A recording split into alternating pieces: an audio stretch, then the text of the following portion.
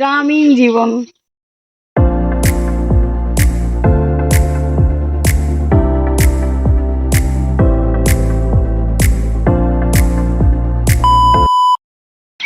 আসসালামু আলাইকুম, কেমন আছো তোমরা? আশা করি তোমরা সবাই ভালো আছো। আমি আল্লাহর রহমতে ভালো আছি।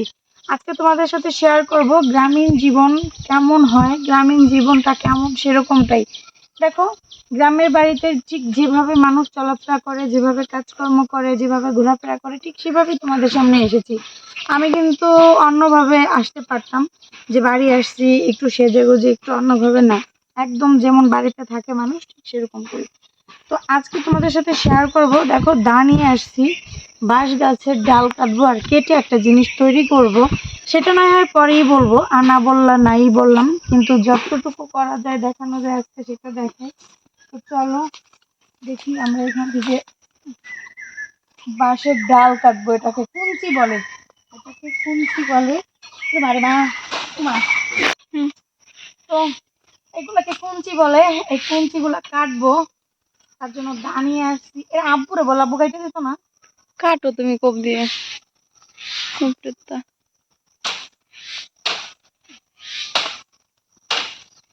হাতে ব্যথা ভাই।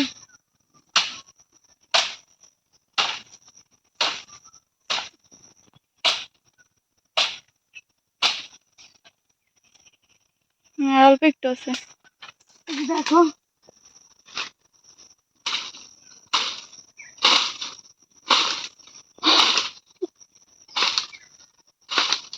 যাও, কতক্ষণ লাগে একটা। দেখো কুঞ্চি কেটে নিয়ে এসছি। এগুলা বাঁশের ডাল। বাঁশের ডালকে বলা যায় এটা কিভাবে, যে গাছের ডাল যদি হয় তো এটা তো বাঁশ গাছ, তো বাঁশ গাছের ডাল, কিন্তু মূলত এটাকে হচ্ছে বলে কুঞ্চি। কুঞ্চি। তো 2 পিস কুঞ্চি কাটছি, দেখাই দিদে। এটাকে সুন্দর করে সাইজ করব বাড়ি নিয়ে, কারণ ভিটে কাটায় এতক্ষণ থাকা ঠিক না। জিন, পরি, পিচাস, রাক্ষস, ভূত, কত কিছু এটা ধরতে পারে এমন বাঁশ ঝোপের ভিতরে। দেখো বাঁশ ঝোপের ভিতরে এত কিছু থাকে, শয়তান ময়তান, তাই ভাবলাম তাড়াতাড়ি করে কাটি। তা আমরা একটু এখন পাট খেতের দিকে যাব। চলো, যেহেতু এখন পাটের সিজন, একটু পাট খেতে তো যাওয়াই যায়।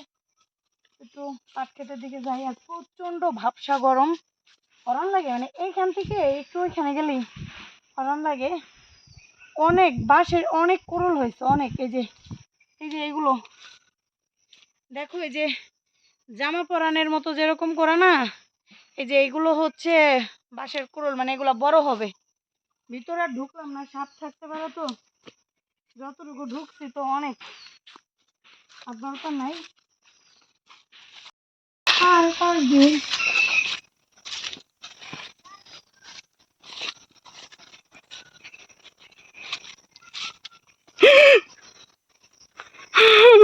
আমি কিন্তু আগে ব্যাট পালাচ্ছি, কেমন করে দেখো। এত ভয় পেলে চলবে? আরে ওই জায়গাটা খালি একটু যাম উপরে নানা বললো কলা গাছ লাগাইছে, ওই জায়গায় যাবি। কুত্তা তো গরুর হাটেই আনবে। এই যে দেখো পাট খেতে চলে আসছি, পাট খেতে চলে আসছি। মিষ্টি মিষ্টি পাট শাক এগুলা। পাট শাক বলে মিষ্টি হয়? তাহলে পাট শাক মিষ্টি না, এগুলা মিষ্টি। তিতা পাট শাক আছে, মিষ্টি পাট শাক আছে। যারা মিষ্টি পাট শাক পছন্দ করে তারা তো মিষ্টি পাট শাক খায়। আর এরকম পাট শাক দেখতেছি।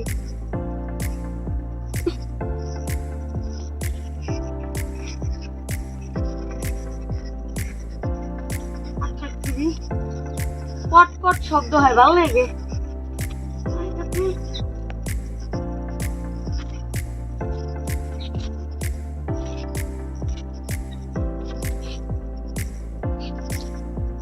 বিছা